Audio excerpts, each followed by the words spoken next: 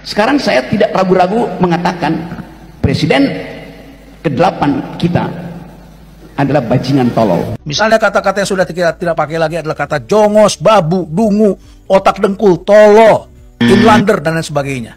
Saya heran kalau masih ada orang yang menggunakan kata-kata itu. Barangkali dia terperangkap dan dia kurang kaya dengan diksi.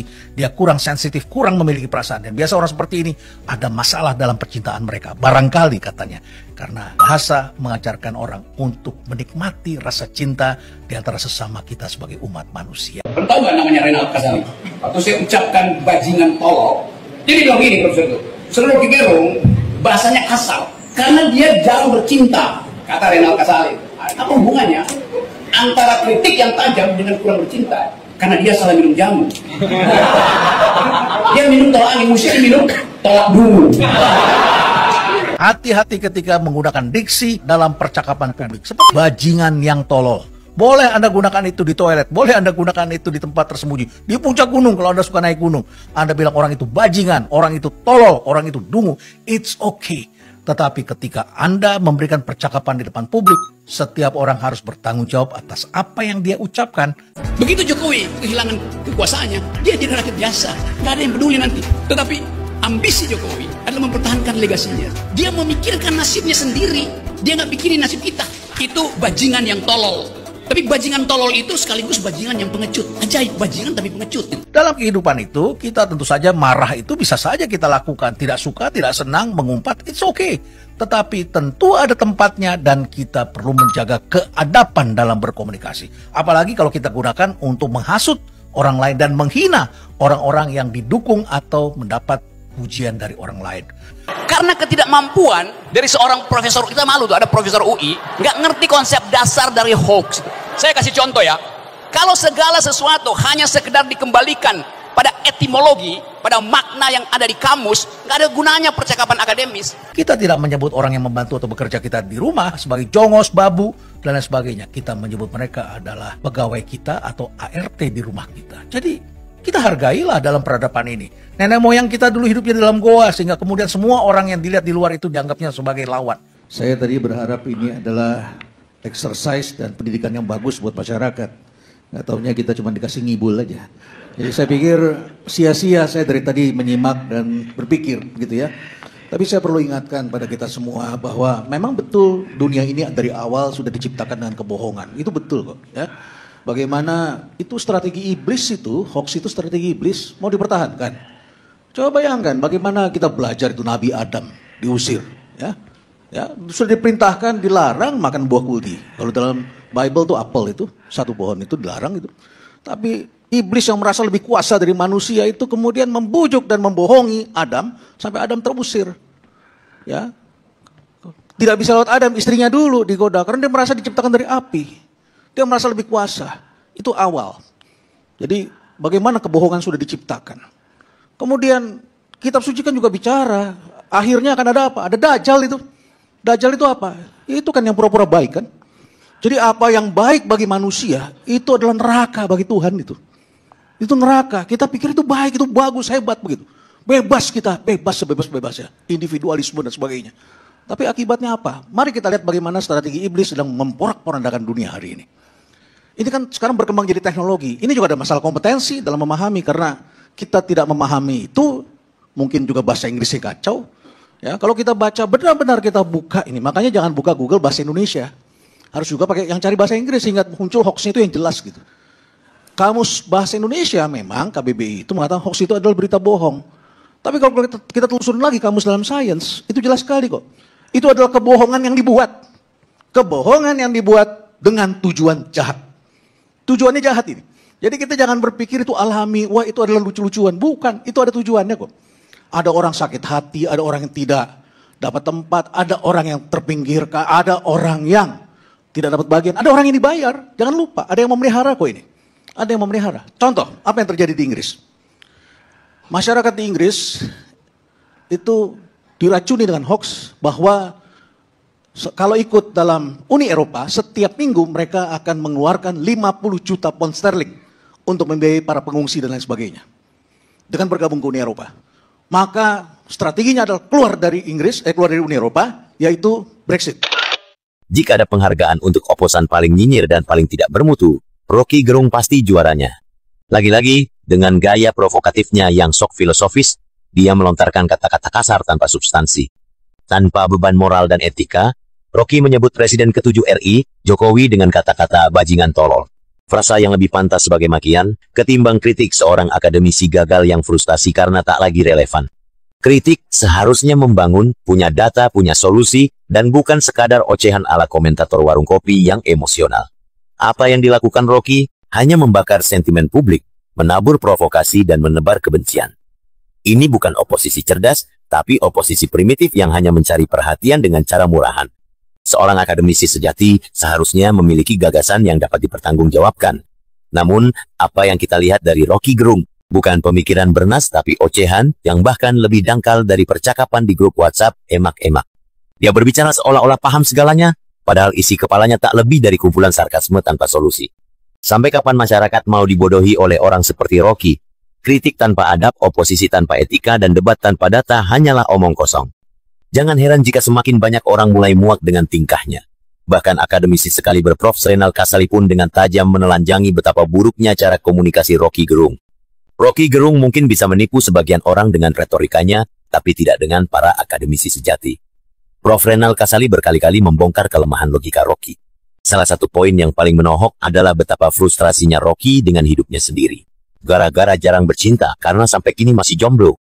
Rocky terlihat makin frustrasi dan melampiaskannya dengan mengumbar framing jahat, narasi sesat dan kebencian sampai ubun-ubun terhadap pemerintah. Dari sejak era Jokowi hingga kini di era Prabowo. Prof. Renal Kasali juga menyoroti bagaimana Rocky hanya bisa bicara tanpa tindakan nyata. Oposisi yang baik adalah yang memberikan solusi, bukan sekadar nyinyir tanpa arah. Argumentasi Rocky seringkali lemah dan tidak berbasis data, hanya sekadar permainan kata-kata yang kosong. Tidak heran jika dalam debat serius, dia selalu kalah telak. Prof. Renal Kasali mengungkap bahwa ada prinsip penting dalam berkomunikasi di ruang publik, sesuatu yang jelas tidak dimiliki oleh Rocky. Ruang publik dan ruang privat jelas berbeda. Kata-kata yang digunakan harus lebih tertata, tidak sembarangan seperti dalam ruang pribadi. Orang yang berilmu berbicara berdasarkan data dan fakta yang tervalidasi, bukan sekadar hasutan emosional untuk mencari pembenaran. Sensitivitas terhadap kehormatan orang lain juga menjadi hal yang mendasar. Dalam ruang publik, kehormatan setiap individu harus dihormati, baik dia tukang sapu maupun seorang presiden. Ini adalah dasar dari peradaban. Logika harus lebih diutamakan dibanding sekadar sarkasme yang tidak membawa manfaat. Kritik yang baik selalu berbasis pada solusi, bukan provokasi murahan yang hanya bertujuan menciptakan kegaduhan. Jaga etika komunikasi adalah hal yang mutlak. Kata-kata kasar hanya menunjukkan rendahnya kualitas intelektual seseorang. Manipulasi opini harus dihindari, karena berbicara di ruang publik menuntut tanggung jawab terhadap fakta, bukan memutarbalikkan realitas demi kepentingan pribadi. Demokrasi mengajarkan bahwa perbedaan pendapat harus dihormati, bukan dijadikan alasan untuk mencaci maki lawan bicara. Rocky Gerung gagal dalam semua aspek ini. Tidak heran jika dia jadi tertawaan publik yang mulai sadar bahwa dirinya bukan pemikir, melainkan sekadar tukang gaduh. Dalam demokrasi, oposisi itu perlu. Kritik itu harus ada, tapi bukan seperti yang dilakukan Rocky Gerung. Kritik harus masuk akal, punya dasar, dan bisa diuji. Jika hanya bisa mengumpat tanpa solusi, lalu di mana intelektualitasnya? Oposisi sejati adalah mereka yang berani mengoreksi kebijakan dengan argumentasi kuat, bukan sekadar mencaci maki pemimpin negara seperti preman pasar. Celakanya masih ada segelintir orang yang menganggap Rocky sebagai pemikir hebat. Ini adalah ironi. Seorang akademisi yang tak lagi bisa berpikir jernih, kehilangan kendali emosinya, dan lebih banyak bicara dengan amarah ketimbang akal sehat. Jika seperti ini, apakah masih pantas disebut cendekiawan? Pada akhirnya, Rocky Gerung adalah contoh nyata oposisi yang gagal. Dia bukan pengkritik yang cerdas, tapi tukang nyinyir yang kehilangan arah. Jika kritiknya benar-benar berbobot, tentu tidak perlu menggunakan kata-kata kasar.